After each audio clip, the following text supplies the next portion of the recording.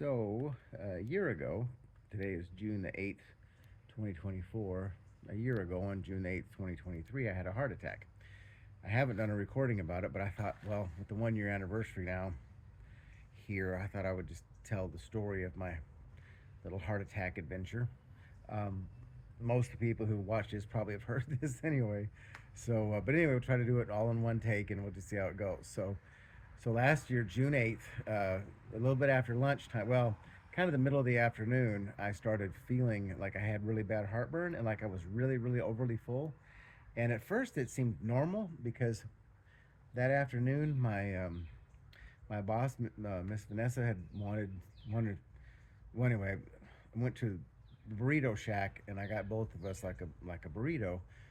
So, and I had a Coke. And usually, if I have a Coke, I'll have heartburn. And plus, their burritos are pretty big. So, the fact that I felt overly full and had a Coke and I had heartburn, that really didn't, I just thought, okay, fine. So, I went out to my car, took some Tums, and usually those will work for me very quickly. But it didn't. It didn't get any relief at all.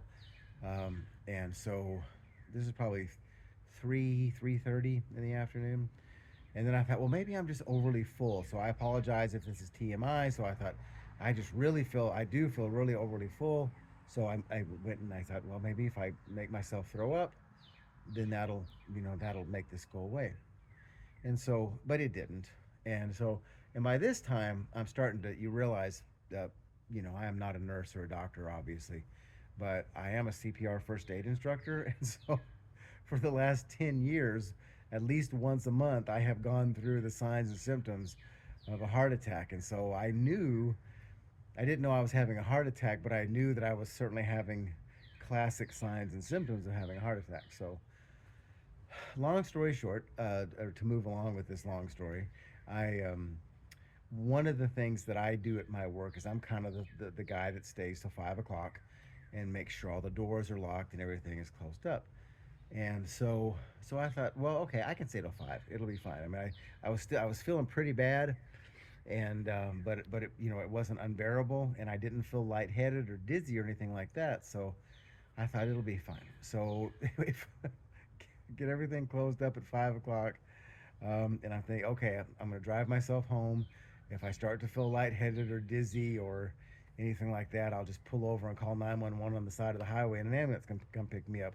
Probably not the best decision I've ever made. Not the smartest thing to do, I guess. But anyway, so I drove home, and the trip for me to drive home is about 20 to 25 minutes. And so I got home a little bit after 5, maybe 5:30, and Cindy was here, which is unusual because Cindy's a social worker, and my outstanding joke is that if she gets home before 6 o'clock, I assume she's been fired. And but she was here, so I walked into that front door right there, and she was just happened to walk out to see me, and I said, "Look, I don't want to scare you, and I don't want you to freak out, but the way I feel right now, I'm having all the classic signs and symptoms of a heart attack. So I would like you to drive me to the hospital." All credit to Cindy, she didn't miss a beat. She didn't. She didn't. She walked over, she picked up her keys, walked out the front door. The only thing she said was, "Do you think we should call an ambulance?" And again, as most of you who are watching this will know, um, that we live 2 miles from the hospital. So as I told her, I said I could walk to the hospital quicker than an ambulance is going to get here. So anyway, so she drove me to the hospital, took me to the dropped me off at the front of the emergency room. Sorry about that. At the front of the emergency room, and so I walked in. I told them what was going on with me. Right away, they took me to get an EKG, to be honest with you, I'm quite sure that they didn't think I was having a heart attack. I really do. But anyway, so they sent me for an EKG or an ECG. Came back out. They put me in a room. Cindy was in there, and then I mean maybe we are there maybe half hour, 45 minutes, and I was feeling pretty bad. I mean, like, imagine the worst case of heartburn you can imagine. That's how I felt, and it was very, very unpleasant. I was really uncomfortable, and but after maybe half hour, 45 minutes, the doctor comes in and says, you know, they do this test on you. It's called troponin, it's an enzyme, I guess, that if your heart is damaged, your body releases it. I honestly, I don't, I don't know, look it up. But anyway, but my troponin test had come back negative. In other words, there was none in my blood, and so it looked like I had not, in fact, had a heart attack. So, but the doctor said, but we need to keep you because we have to do this again 3 hours later to see if anything's changed. So there we are, emergency room, and I'm talking to Cindy, and I'm saying, I'm doing all the things you do, right? I'm like, if this goes bad, like I was, yeah, I mean, like, here's where all the passwords for all the accounts are. Please pay attention to what I'm saying. All those things that you do when you think you might be on your way out, and so, and of course, me, I'm just sort of joking through the whole thing. And to be honest with you, I think that's one reason why they were not treating this as seriously as perhaps they should have, because of the way I am, right? I get through life by laughing and joking at things, and well, so anyway, and I still got this really bad heartburn. After a while, the nurse comes in. And she gives me what they refer to as a gastric cocktail, which basically is lidocaine, which is an anesthetic, and Mylanta, which of course is for heartburn. So, and it's cold, and so they gave it. I drank this down, and almost immediately the heartburn, all that sort of stuff like that, went away. Oh, I should back up. My symptoms, classic symptoms of heart attack. So really bad heartburn, feeling like I was overly full, and then I also had this radiating pain from both collarbones. I didn't have the pain down my left side like a lot of people do, or my arm, or anything like that. And I didn't get dizzy, but I definitely had the radiating pain from my collarbone. Oh, and then it moved to my upper back too. These muscles back here felt really sore. But anyway, okay, so. Well, what was funny is so when she gave me the lidocaine and the Mylanta, I drank it. Symptoms went away. I felt pretty good at that point. So then maybe 3 hours, 3.5, maybe 4 hours has gone by, and the doctor comes back in, and this time his affect, his facial expression is completely different than what it had been before, and he said, paraphrasing, but he said, it's good that you came in because you have had a heart attack, and it was fairly significant. I said, oh, okay, well, good to know. And so I'm not sure how I felt about that. I really don't. I mean, other than the fact that I was glad I was at the hospital and that I hadn't ignored it. And so anyway, so then he says, we're going to have to transfer you because we don't have a cardiac team here at Onslow Memorial Hospital. And I have to tell you, the look of relief on Cindy's face that they were going to transfer me to another hospital was was kind of priceless. Um, so anyway, so we could go to Wilmington, Greenville, or Moorhead City. I'm sorry, or New Bern. So we decided on New Bern, and so then they have to send an ambulance from New Bern. Now it's about maybe 11, maybe probably midnight. I'm guessing it's probably midnight, and these two 12-year-old boys come in an ambulance to pick me up and take me to New Bern, which is about 45 miles away, and so they come in and they bring the stretcher, and there's just all this, they got to do report and pass off paperwork and all that sort of stuff like that, and then I asked them, I said, can I just walk to the ambulance? Because again, I was feeling pretty good, and they said, no, you have to ride in the gurney. So they put me out. So I got on the gurney.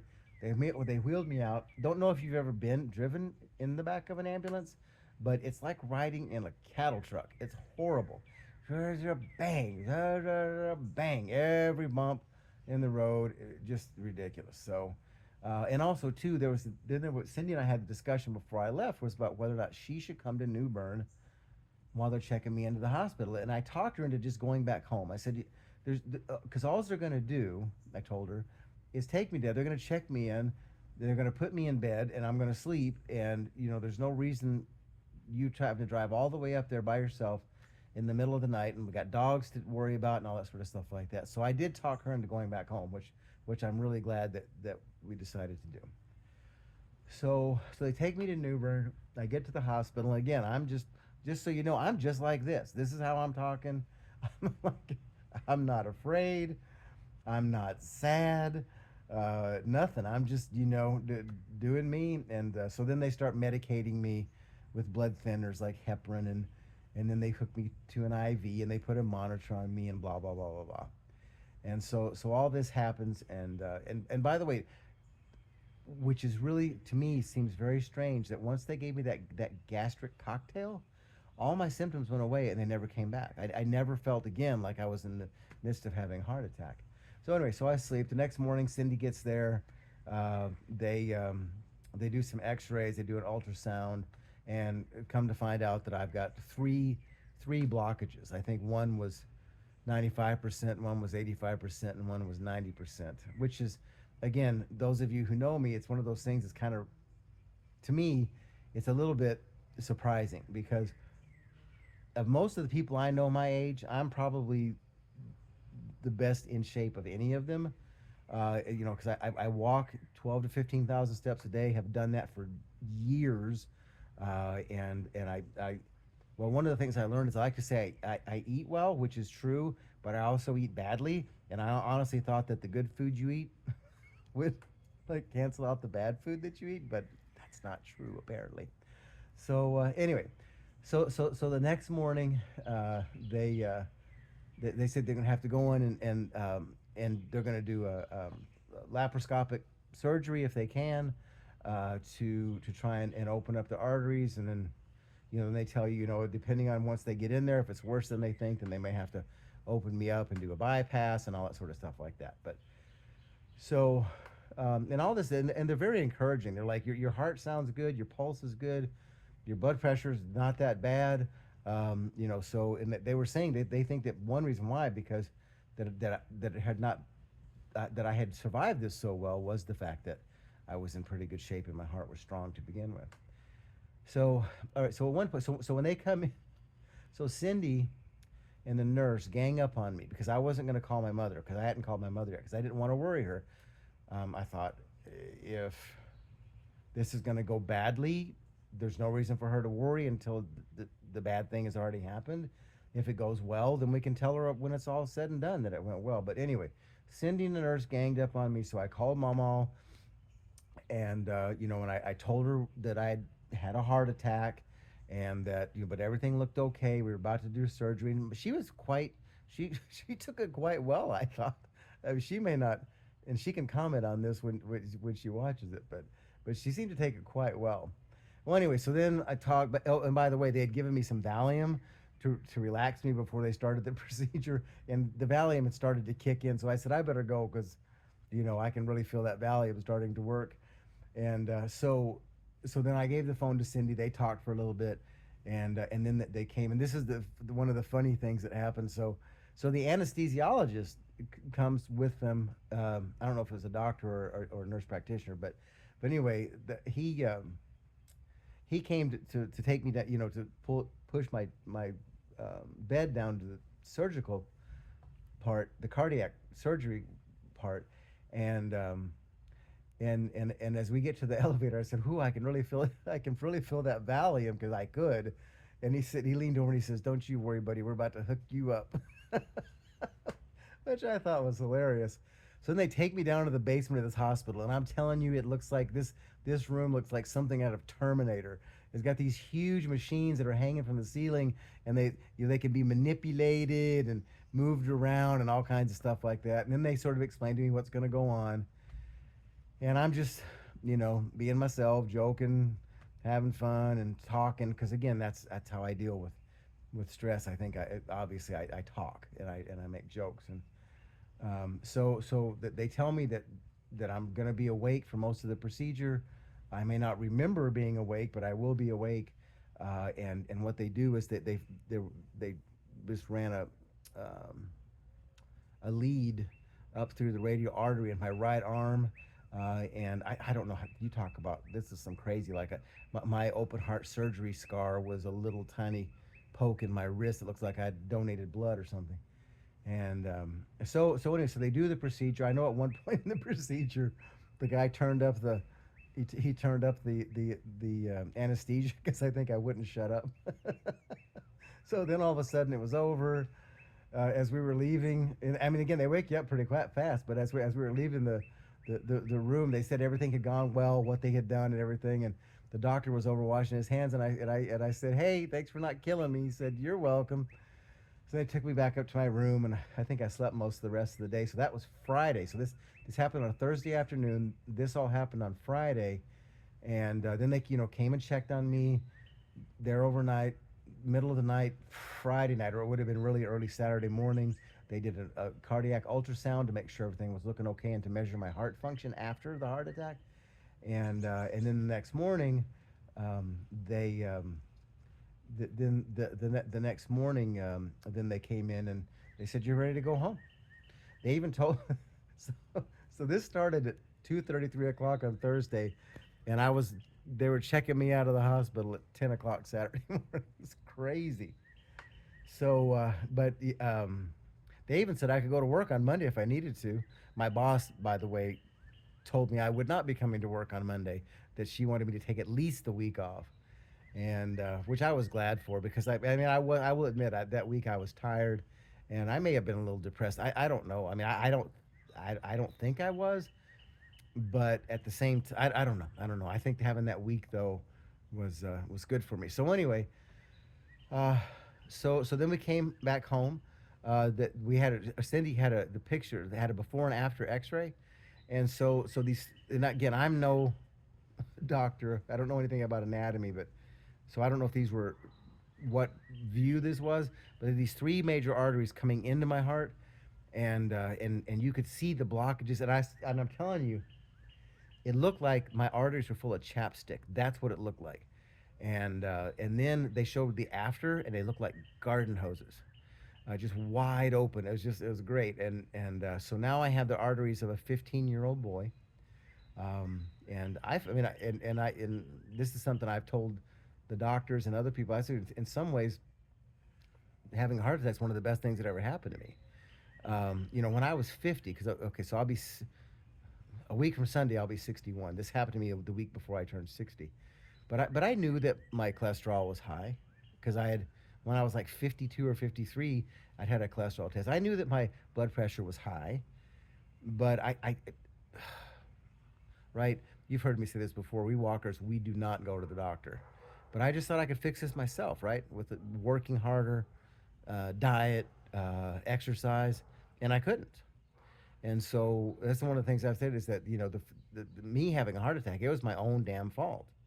Um, yeah, I mean, it was. So I mean, if I would have gone to the doctor, they would put me on some cholesterol stuff and some high blood pressure stuff, and I probably would have been just fine instead of having a heart attack. But anyway, the good news is today's a year. It it didn't kill me, which is good.